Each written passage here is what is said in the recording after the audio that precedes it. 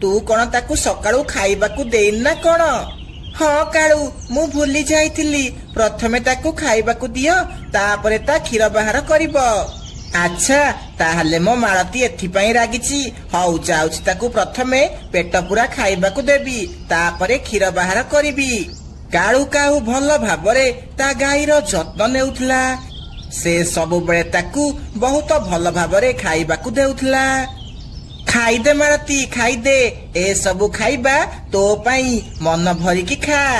ମାଳତୀକୁ ଭଲ ଭାବରେ ଖାଇବାକୁ ଦେଲା ପରେ ସେ ତାର କ୍ଷୀର ଦୁଇଁବାକୁ ଲାଗେ। ତାପରେ କ୍ଷୀରର ସେ ଛୋଟ ଛୋଟ ପ୍ୟାକେଟ କରି ତା ସାଇକେଲରେ ନେଇ ବିକିବାକୁ ଯାଏ। କ୍ଷୀର ନିଅ କ୍ଷୀର, କାଳୁର ତାଜା ତାଜା କ୍ଷୀର। ଆସ ଆସ ପକ୍ଷୀ ମାନେ, ଜଲ୍ଦି ଜଲ୍ଦି କ୍ଷୀର ନେଇଯାଅ। ମାନୁ ଜଲ୍ଦି ଯା, କ୍ଷୀର ନେଇକି ଆସିବୁ। କାଳୁ କାଉ ଆସିଲାଣି, ଜଲ୍ଦି ଯା, ନହେଲେ ସେ ବହୁତ ଦୂରକୁ ପଳେଇବ। ହଉ ଠିକ ଅଛି ମା, ମୁଁ ନେଇକି ଆସୁଛି। କାଳୁ କାଉ ବହୁତ ତାଜା ଆଉ ବିନା ପାଣି ମିଶା ଭଲ କ୍ଷୀର ଦେଉଥିଲା। ସେଥିପାଇଁ ଜଙ୍ଗଲର ସବୁ ପକ୍ଷୀ ତା ପାଖରୁ କ୍ଷୀର ନେଉଥିଲେ। କାଳୁ ଭାଇ, ମତେ ଆଜି ଟିକେ ବେଶୀ କ୍ଷୀର ଦେବ। ଆଜି ମୋ ଘରକୁ କୁଣିଆ ଆସୁଛନ୍ତି, ମୁଁ ତାଙ୍କ ପାଇଁ ଗାଜର ହାଲୁଆ ବନେଇବି। କଣ? ଗାଜର ହାଲୁଆ? ମତେ ଗାଜର ହାଲୁଆ ବହୁତ ପସନ୍ଦ। ବୁଲବୁଲ, ମୁଁ ତୋର ଭାଇ ଭଳିଆ, ମତେ ବି ଟିକେ ଗାଜର ହାଲୁଆ ଖାଇବାକୁ ଦେବୁ, ହେଲା? ହଁ ହଁ କାଳୁ ଭାଇ, ଇଏ କଣ ଗୋଟେ କହିବା କଥା? ମୁଁ ତମ ଘରେ କିଛି ଗାଜର ହାଲୁଆ ଦେଇକି ଆସିବି। କାଳୁ ଅଙ୍କଲ, ମତେ ବି କ୍ଷୀର ଦିଅ, ନହେଲେ ମା ମତେ ରାତିରେ ରୁଟି କ୍ଷୀର ଦେବନି। ହଉ ମାନୁ, ଇଏ ନେ, ତୁ ପ୍ରଥମେ କ୍ଷୀର ନେଇଯା। ତାପରେ ସବୁ ପକ୍ଷୀ କାଳୁ କାଉଠୁ କ୍ଷୀର ନେଇ ନିଜ ନିଜ ଘରକୁ ଚାଲି ଯାଆନ୍ତି। ସକାଳୁ ସକାଳୁ କାଳୁ କାଉର ସବୁ କ୍ଷୀର ବିକ୍ରି ହେଇଯାଏ। ତାପରେ ସେ ଘରକୁ ଯାଏ। କାଳୁ, ମୋ ଭାଇର ବାହାଘର ଠିକ ହେଇଗଲା। ମା କହିଲା ଗୋଟେ ସପ୍ତାହ ଭିତରେ ବାହାଘର ହେବ। ଆରେ ବାପରେ, ତୋ ଭାଇକୁ ପୁଣି କିଏ ଝିଅ ଦେବା ପାଇଁ ରାଜି ହେଇଗଲା? କାଳୁ, ତମେ ମଜାକ କରନି, ମୋ କଥା ଧ୍ୟାନ ଦେଇ ଶୁଣ। ମତେ କାଲି ଯିବାକୁ ପଡିବ, ଆଉ ହଁ, ତମକୁ ବି ଯିବାକୁ ପଡିବ। ମୋର ଗୋଟିଏ ବୋଲି ଭାଇ, ସେ ଏକା ଏକା ଏତେ ସବୁ କାମ କେମିତି କରିବ? ତମେ ବି ଯାଇ ତାର କିଛି କାମରେ ସାହାଯ୍ୟ କରିବ। ରାନୀ, ତୋ ଭାଇକୁ କହିଦେବୁ ବାହାଘର ପରେ ଜୀବନ ବର୍ବାଦ ହେଇଯିବ। ସେ କାହିଁକି ବାହା ହେଉଛି? ବାହା ହେଲା ପରେ ପସ୍ତେଇବ। ଆଚ୍ଛା, ତାହେଲେ ବାହାଘର ପରେ ତମ ଜୀବନ ବର୍ବାଦ ହେଇଗଲା? ହଁ, କୁହ କୁହ। ମା, ବାପା ମଜାକ କରୁଛନ୍ତି, ତୁ ରାଗୁଛୁ କାହିଁକି? ହଁ ରାନୀ, ମୁଁ ମଜାକ କରୁଛି, ତମେ ରାଗନି। ଆରେ ବାହା ହେଲା ପରେ ମୋ ଭାଗ୍ୟ ବଦଳିଗଲା, ଆଉ ମୋ ଘରକୁ ଜଗୁ ଆସିଲା। ମୋ ଭାଇର ବାହାଘରରେ ବହୁତ ମଜା ଆସିବ। ଆମେ ଦୁଇ ଜଣ ନାଚିବା, ହେଲା? ଆମେ କାଲି ସକାଳୁ ଯିବା ପାଇଁ ବାହାରିବା।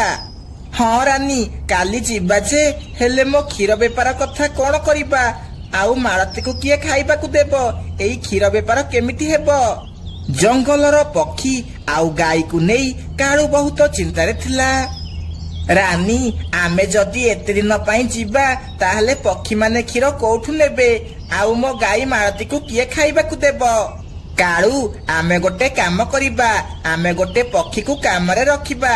ଆମେ ଆସିବା ଯାଏ ସେ ଆମର କ୍ଷୀର ବେପାର ଆଉ ଆମ ଗାଈକୁ ବି ସମ୍ଭାଳିବ। ହଁ ବାପା, ତମେ କୋଉ ପକ୍ଷୀକୁ କାମରେ ରଖିଦିଅ। ତମେ ଯଦି ନ ଆସିବ, ତାହେଲେ ଆମକୁ ମଜା ଆସିବନି। ପ୍ଲିଜ ବାପା, ମୋ କଥା ମାନିଯାଅ। ହଁ ପୁଅ, ମୁଁ ଯେମିତି ହେଲେ ଯିବି। ଆଉ ରାନୀ, ତୁ ଭଲ ଉପାୟ ଦେଲୁ। ମୁଁ ଗୋଟେ ପକ୍ଷୀକୁ ଗୋଟେ ମାସ ପାଇଁ କାମରେ ରଖିବି। ତାପରେ କାଳୁ କାଉ ଗୋଟେ ପେଚାକୁ କାମରେ ରଖିଦିଏ। କାଳୁ ଭାଇ, ତମେ ଚିନ୍ତା କରନି, ମୁଁ ତମର ଏ ଗାଈର ବହୁତ ଭଲ ଭାବରେ ଧ୍ୟାନ ରଖିବି, ଆଉ ଠିକ ସମୟରେ କ୍ଷୀର ସବୁ ବିକିକି ଆସିବି। ହଁ ମୁନ୍ନା, ଏ ଗାଈ ମୋ ପିଲା ଭଳି, ତୁ ୟାର ବହୁତ ଭଲ ଭାବରେ ଧ୍ୟାନ ରଖିବୁ। ହଉ, ତମର ବୁଝେଇବା ହେଇଗଲା ଯଦି, ତାହେଲେ ଚାଲ ଜଲ୍ଦି ଯିବା। ମୁଁ ଗାଡିରେ ସବୁ ଜିନିଷ ରଖିଦେଇଛି, ତମେ ଜଲ୍ଦି ଆସ। ହଉ ତାହେଲେ ମୁଁ ଯାଉଛି, ତୁ ଭଲ ଭାବରେ ସବୁ ଜିନିଷ ସମ୍ଭାଳିବୁ। ତାପରେ କାଳୁ କାଉର ପରିବାର ଗାଡିରେ ବସି ଆରପଟ ଜଙ୍ଗଲକୁ ଯିବାକୁ ଲାଗନ୍ତି।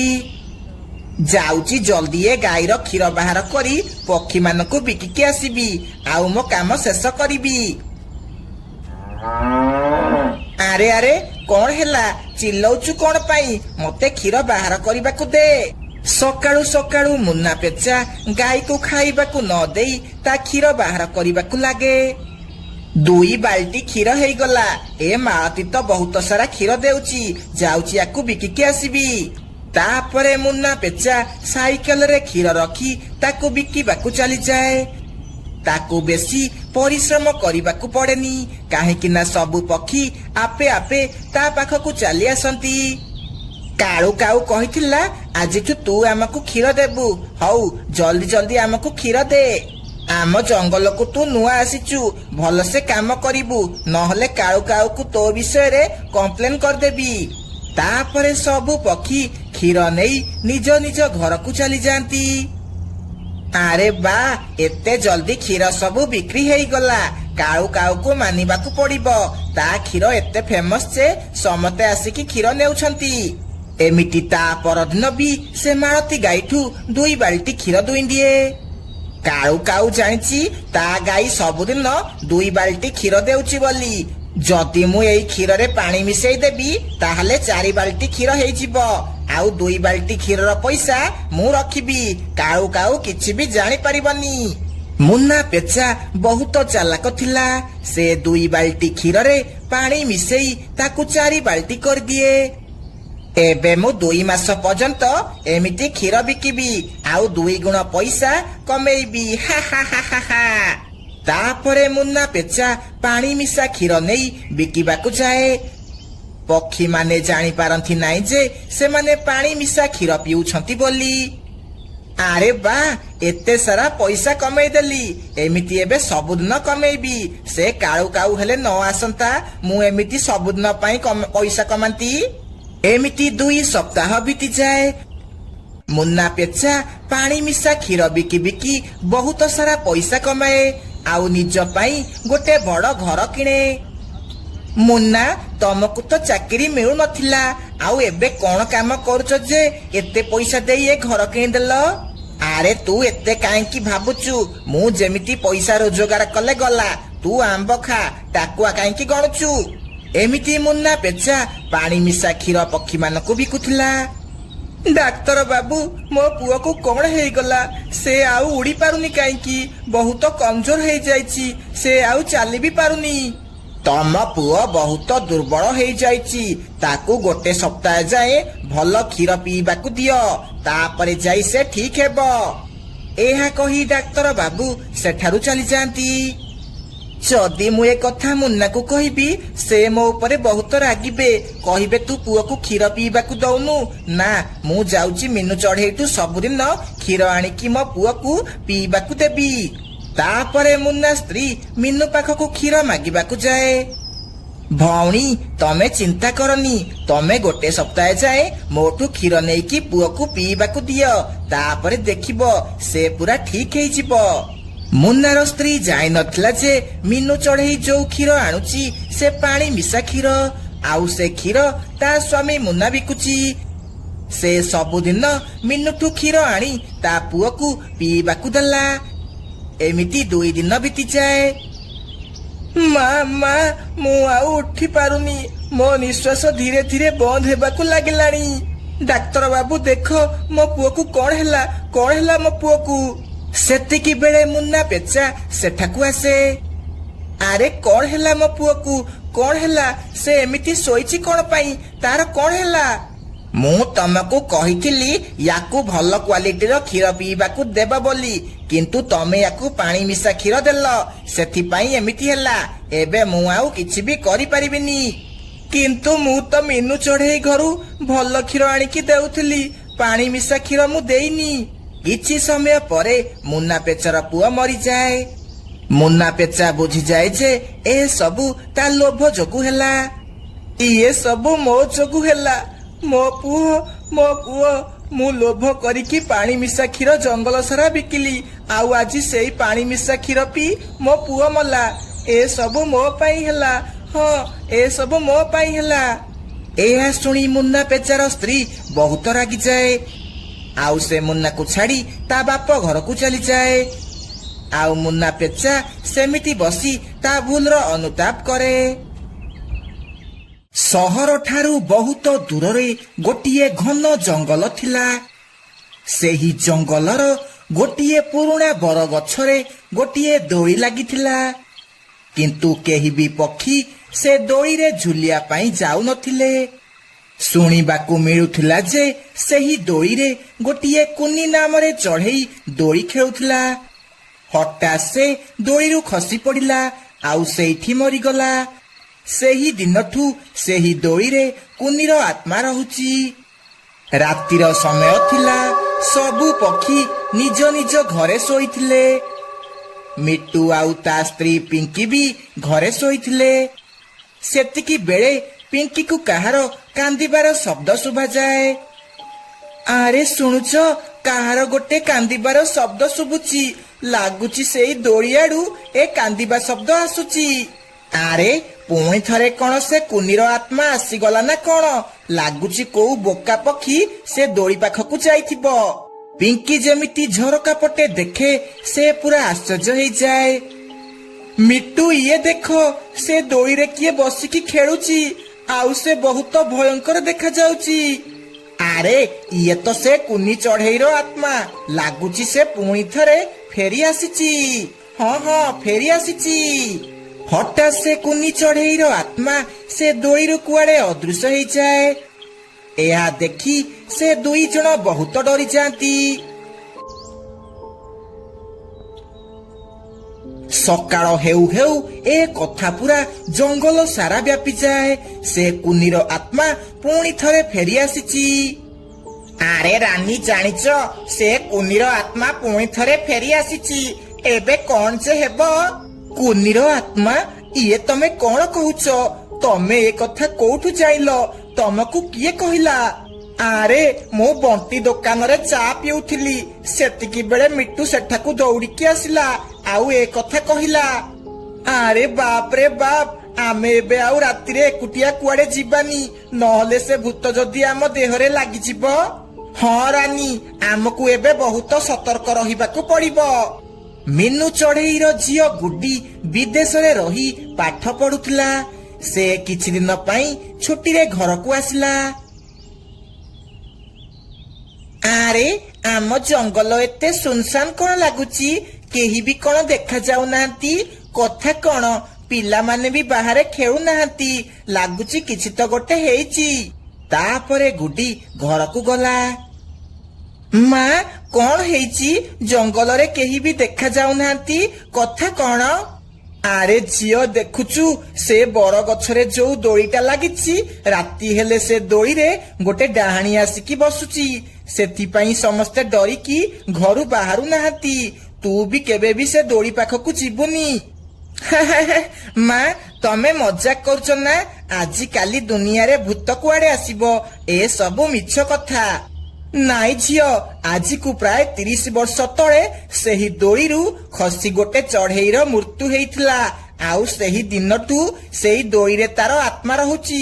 ତୁ କେବେ ବି ସେ ଦୋଳି ପାଖକୁ ଯିବୁନି, ହେଲା? ହଉ ଠିକ ଅଛି ମା, ମୁଁ ଯିବିନି। ତୁ ଏବେ ମତେ ଖାଇବାକୁ ଦେ, ମତେ ବହୁତ ଜୋରେ ଭୋକ କଲାଣି। ତାପରେ ମିନୁ ଗୁଡିକୁ ତା ମନ ପସନ୍ଦର ଖାଇବା ଦିଏ। ସେ ମା ଝିଅ ବହୁତ ଖୁସିରେ ବସି ଖାଆନ୍ତି। ରାତିରେ ସମସ୍ତେ ଶୋଇ ପଡିଥିଲେ। ସେତିକି ବେଳେ ଗୁଡିର ନିଦ ଭାଙ୍ଗିଯାଏ। ସେ ବସିକି ଝରକା ପଟେ ସେ ଦୋଳିକୁ ଦେଖିବାକୁ ଲାଗେ। ମା କହୁଛି ଏ ଦୋଳିରେ କୋଉଠି ଭୂତ ରହୁଛି। କାଇଁ, କୋଉଠି ଭୂତ? ମତେ ଦୋଳି ଖେଳିବାକୁ ଇଚ୍ଛା ହେଲାଣି। ମା ତ ଶୋଇଛି, ଯାଉଛି ଏଇ ସମୟରେ ଯାଇ ଟିକେ ଦୋଳି ଖେଳିକି ଆସିବି। ଏହା କହି ଗୁଡି ସେହି ଦୋଳି ପାଖକୁ ଯାଏ। ୱାଓ, କେତେ ବଢିଆ ଦୋଳି ହେଇଛି, ଯାଉଛି ବସିକି ଟିକେ ଖେଳିବି। ଏହା କହି ଗୁଡି ଦୋଳିରେ ବସି ପଡେ ଆଉ ଜୋରେ ଜୋରେ ଝୁଲିବାକୁ ଲାଗେ। ମୁଁ ଯୋଉ ଦିନ ହୁଏ ସଜବାଜ, ସେଇଦିନ ହୁଏ ଦ୍ୱିତୀୟ ରଜ। ଏମିତି ଗୀତ ବୋଲି ସେ ଖେଳିବାକୁ ଲାଗେ। କିନ୍ତୁ ଯେମିତି ସେ ଦୋଳିରୁ ଓହ୍ଲେଇବାକୁ ଲାଗେ, ତାକୁ ସେମିତି କୋଉ ଅଦୃଶ୍ୟ ଶକ୍ତି ଭିଡିକି ରଖେ। ଆରେ କିଏ କିଏ ଏଠି? ମତେ କିଏ ଧରିଛ? ଛାଡ ମତେ, ଛାଡ। କିଏ କୋଉଠି ଅଛ? ବଞ୍ଚାଅ, ବଞ୍ଚାଅ। ତା ଗହଳି ଶୁଣି ମିନୁ ମିଟୁ ଆଉ ପିଙ୍କି ଶୁଆ ନିଦରୁ ଉଠି ପଡନ୍ତି ଆଉ ଘର ବାହାରକୁ ଆସନ୍ତି। ଆରେ ମିନୁ, ଇଏ ତ ତୋ ଝିଅ ଗୁଡିର ଚିତ୍କାର। ସେ ଆଉ ସେ ଦୋଳି ପାଖକୁ ଯାଇନିଟି? ହଁ ମିଟୁ ଭାଇ, ଚାଲ ସେଠାକୁ ଯିବା। ତାପରେ ସେମାନେ ସେହି ଦୋଳି ପାଖକୁ ଯାଆନ୍ତି ଆଉ ସେଠାକୁ ଯାଇ ଦେଖନ୍ତି ଗୁଡି ସେଠାରେ ବେହୋସ ହେଇ ପଡିଛି। ଆରେ ଇଏ କଣ? ମୋ ଝିଅକୁ କଣ ହେଲା? କଣ ହେଲା ତାକୁ? ଲାଗୁଛି ଇଏ ଭୂତକୁ ଦେଖି ବେହୋସ ହେଇଯାଇଛି। ଚାଲ ୟାକୁ ଘରକୁ ନେଇକି ଯିବା। ତାପରେ ସମସ୍ତେ ଗୁଡିକୁ ନେଇ ଘରକୁ ଯାଆନ୍ତି। ସକାଳୁ ଯେତେବେଳେ ଗୁଡିର ହୋସ ଆସେ, ସେ ତା ମାକୁ ରାତିରେ ହେଇଥିବା ସବୁ ଘଟଣା ବିଷୟରେ କୁହେ। ମୁଁ ତତେ ମନା କରିଥିଲି ସେ ଦୋଳି ପାଖକୁ ଯିବୁନି ବୋଲି। ତୁ କାହିଁକି ଗଲୁ? ତୁ ଗଲୁ ବୋଲି ଏତେ ସବୁ ହେଲା। ମତେ କ୍ଷମା କରିଦେ ମା, ମୁଁ ଏବେ ତୋର ସବୁ କଥା ମାନିବି। ସେଦିନ ରାତିରେ ଯେତେବେଳେ ରାନୀ ସେହି ବାଟ ଦେଇ ତା ଘରକୁ ଫେରୁଥିଲା, ସେତିକି ବେଳେ କୁନି ଚଢେଇର ଆତ୍ମା ରାନୀ ଦେହରେ ପଶିଯାଏ। ରାନୀ ଆଖି ପୁରା ନାଲି ହେଇଯାଏ ଆଉ ତା ଦେହ ବହୁତ ଭୟଙ୍କର ହେଇଯାଏ। ସେ ସିଧା ଦୋଳି ପାଖକୁ ଯାଏ ଆଉ ଦୋଳିରେ ବସି ଖେଳିବାକୁ ଲାଗେ। କେହି ମୋର ଏ ଦୋଳି ନେଇ ପାରିବେନି। ଏଇଟା ହେଉଛି ମୋ ଦୋଳି, ଆଉ ମୋ ଦୋଳିରେ ଯିଏ ବସିବ ମୁଁ ତାକୁ ମାରିଦେବି। ସେତିକି ବେଳେ ଜଙ୍ଗଲର ସବୁ ପକ୍ଷୀ ଗୋଟିଏ ଜାଗାରେ ଏକାଠି ହୁଅନ୍ତି। ନା, ଏ କୁନିର ଆତ୍ମା ଆମକୁ ବହୁତ ହଇରାଣ କଲାଣି। ୟାର କିଛି କରିବାକୁ ପଡିବ। ଆମକୁ ସେ ଦୋଳିକୁ ନଷ୍ଟ କରିବାକୁ ପଡିବ। ତାପରେ ଆମକୁ ଯାଇ ଶାନ୍ତି ମିଳିବ। ତାପରେ ସମସ୍ତେ ଯାଇ ସେ ଦୋଳିକୁ କାଟି ଦିଅନ୍ତି। ତାପରେ କୁନିର ଆତ୍ମା ରାନୀ ଦେହରୁ ବାହାରକୁ ଆସେ। ତମେ ମାନେ ଇଏ ସବୁ ଠିକ କଲନି। ମୁଁ ତମ ସମସ୍ତଙ୍କୁ ଖାଇଦେବି। ହଁ, ଖାଇଦେବି। ତାପରେ ସବୁ ପକ୍ଷୀ ମିଶିକି ସେ ଦୋଳିରେ ନିଆଁ ଲଗେଇ ଦିଅନ୍ତି। ନିଆଁ ଲାଗୁ ଲାଗୁ କୁନିର ଦେହ ବି ଜଳିବାକୁ ଲାଗେ ଆଉ ସେ ବି ଜଳି ପୋଡି ପାଉଁଶ ହେଇଯାଏ। ତାପରେ ଜଙ୍ଗଲର ପକ୍ଷୀମାନେ ପୁଣି ଥରେ ହସ ଖୁସିରେ ରହିବାକୁ ଲାଗନ୍ତି।